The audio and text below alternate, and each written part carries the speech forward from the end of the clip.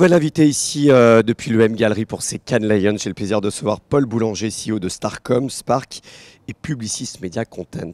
Bonjour Paul. Bonjour François. Bienvenue à Cannes. D'abord, tu es arrivé il y a quelques heures ici sur la Croisette. Quel premier bilan tu peux faire de ce que tu as vu, des rendez-vous que tu as fait de cette édition 2025 des Cannes Lions, qui est quand même assez phénoménal, hein, je crois. Oui, il y a beaucoup de choses intéressantes. Alors, je vais être très corporate parce que je pense qu'il y a surtout beaucoup de choses très qualitatives qui sortent de Publicis.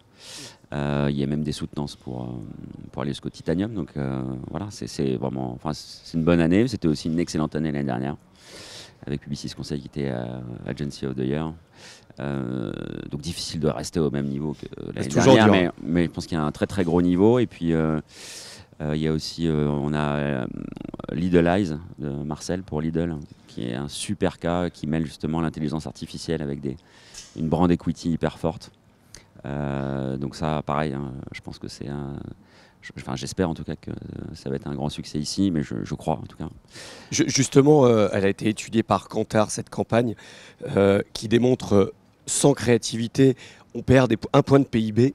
En tout cas, la créativité dans la publicité, c'est un truc que toi, en tant que patron de l'entité Brand Content de Publicis Media, c'est quelque chose que tu as remarqué, un moins de créativité égale moins de performance? Alors oui, c'est même théorisé, hein. Il y a un truc qui s'appelle The Cost of Being Dull, qui en fait théorise la corrélation entre le niveau de créativité et la dépense média. Qui en gros, hein, pour faire court, signifie que meilleure la créativité est, moins on a besoin de dépenser en médias. Donc il y a vraiment un sujet théorisé qui démontre ça, et je pense que c'est un truc auquel les annonceurs, c'est le meilleur moyen de montrer que l'association entre créa et médias, c'est pas juste un truc d'agence, c'est un vrai sujet, et qui a évidemment, alors ça paraît évident comme ça, hein, avec un peu de bon sens, on aurait pu le deviner, mais le fait que ce soit théorisé, donc ça fait partie des choses qu'on raconte aussi à nos clients. C'est-à-dire que s'ils veulent faire des économies dans leurs investissements, peut-être qu'ils pourraient investir dans la création, et ça ne peut pas faire de mal dans tous les cas de figure. Qu'est-ce que l'IA peut changer dans la création sans tuer le métier de créatif, puisqu'on voit qu'aujourd'hui, c'est même plus le sujet en fait? En fait, c'est déjà un sujet qui est pris au sein du groupe. Beaucoup d'éléments de post-production. Prodigious est hyper avancé sur ces sujets-là. Je pense que dans la post-production, ça va permettre d'accélérer aussi la manière de travailler, mais aussi le fait de se concentrer sur des tâches clés de la qualité de production. Je ne pense pas que ça va tuer le métier de la prod, mais il faut voir ça comme un outil de facilitation qui demande une maîtrise importante aussi. C'est pour ça qu'on appelle ça des prompteurs maintenant. Ouais, on n'est pas, c'est pas un truc de pensée magique, hein, donc ça demande une expertise, ça demande une technicité. Le fantasme du kidam qui se met à faire de la production publicitaire, je veux dire, c'est à peu près aussi réaliste que se mettre à Photoshop en 2 jours, mais voilà, il y a une vraie expertise, et je pense que là-dessus, on est assez avancé. Tu étais venu l'année dernière au Cannes Lions à The Media Leader Café pour nous parler de la stratégie autour de l'influence chez Publicis, le lancement d'une offre qui s'appelle Axe. Depuis, vous avez accéléré, vous avez racheté une société qui s'appelle Captive Height, qui est spécialisée dans l'influence. Aujourd'hui, est-ce que c'est vraiment un axe important aujourd'hui dans votre stratégie chez Publicis de proposer des stratégies d'influence pour les marques? En fait, c'est dans le rachat de Captivate, ça va exactement dans la droite ligne de ce qu'on avait d'ailleurs annoncé ici l'année dernière.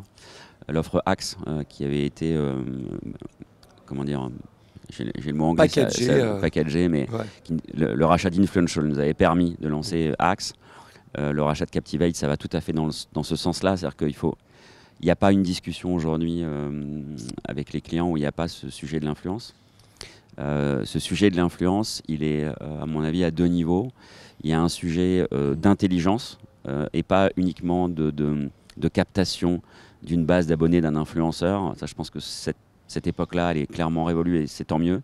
C'est quelque chose qu'on avait identifié au sein de PMC il y a 2 ou 3 ans, en nettoyant un peu notre manière de travailler sur ces sujets-là. Et en fait, ça met la priorité à la qualité de contenu et à l'identification par l'IA de la qualité de contenu, indépendamment du nombre d'abonnés de l'émetteur. Et donc ça, c'est un élément clé. C'est exactement comme ça que fonctionnent les algorithmes aujourd'hui. C'est dans leur intérêt. Leur intérêt, c'est pas qu'on suive des gens qui ont beaucoup d'abonnés, c'est qu'on reste sur la plateforme parce qu'il y a des gens qui produisent du contenu de qualité. Du bon ciblage, la bonne audience. On en revient toujours à des basiques depuis la nuit des temps. C'est la qualité du contenu qui fait l'attractivité des consos et des usagers. Donc je pense qu'il y a eu toute une période un peu floue, un peu complexe, on va dire, qui est un peu une jungle de l'influence. Ça se nettoie, ça se normalise. Et ensuite, je pense que ces 2 rachats-là et le lancement de l'offre Axe, qui marche très bien depuis qu'on l'a lancé, montrent qu'en fait, il y a des solutions intelligentes pour faire de l'influence basée sur une identification des contenus. Et là, en ça, l'IA et les outils de Captivate qu'on va bientôt implémenter en France et la puissance de feu d'Influential nous permet d'avoir une réponse aux clients qui est à la fois brand safe, et ça c'est hyper important, et ultra efficace et surtout mesurable. Et ça c'est un élément hyper clé, c'est mesurable et performant, et ça c'est un truc qu'on cherchait depuis 2 ou 3 ans, donc on est hyper content. En collaboration avec Énergie Globale et Collectif Jean-Paul, on interroge nos invités autour de l'audio. Aujourd'hui, Paul, en quoi l'audio est important dans l'impact des campagnes, toi qui es patron de Publicis Media Content, qui fait beaucoup de brand content, en quoi l'audio aujourd'hui est un axe très important? Parce que pendant longtemps, il était un petit peu dénigré, en tout cas il était mis en queue de budget, etc. Et on a l'impression qu'il est revenu. Est-ce que tu peux nous en parler? La relance de l'audio, c'est souvent très basique. Plus les décideurs écoutent de podcasts, plus ils s'intéressent à l'audio. Donc en fait, ça part souvent d'un truc assez basique, mais c'est qu'est-ce que tu utilises, je te dirai ce qui t'intéresse. Donc oui, évidemment, il y a eu un renouveau de l'intérêt pour l'audio, parce qu'il y a désormais des capacités de ciblage, de contextualisation, et même de temps d'écoute et de qualité d'écoute sur des nouveaux programmes ou des programmes radio existants en podcast qui marchent très bien, ou même des acteurs de l'édition. Le Monde a des podcasts qui fonctionnent très bien, alors que c'est pas Europe 1, ça n'aurait échappé à personne. Et ça, je pense que ça recrée un intérêt puissant pour l'audio. J'ai l'impression que les annonceurs comprennent aussi qu'il y a une qualité dans l'intégration publicitaire couplée à du ciblage digital, que ce soit sur des plateformes ou sur des plateformes propriétaires de radio ou sur des plateformes connues, Spotify, Deezer, etc., qui fait qu'ils ont de nouveau un intérêt pour le sujet. Je pense qu'il y a quand même encore un step qu'il faut qu'on franchisse, c'est la qualité créative qu'on peut mettre dans l'audio. Je pense que pendant très longtemps, on a été bercé sur l'efficacité de la radio comme un média d'efficacité commerciale. Et puis le digital arrivant, en fait, il y a eu une baisse d'intérêt sur l'audio. Les annonceurs ont peut-être moins mis de moyens créatifs sur des spots audio intéressants, qualitatifs. C'est devenu un peu quelque chose d'un quasi mécanique. Donc il y a aussi un travail à faire collectif qui est chez nous, de sensibilisation au fait que bien sûr qu'il y a des capacités de ciblage nouveaux, bien sûr que contextuellement c'est hyper intéressant et hyper quali, mais il faut qu'on pousse, qu'on retrouve la qualité de création qu'on avait dans l'audio il n'y a pas si longtemps encore.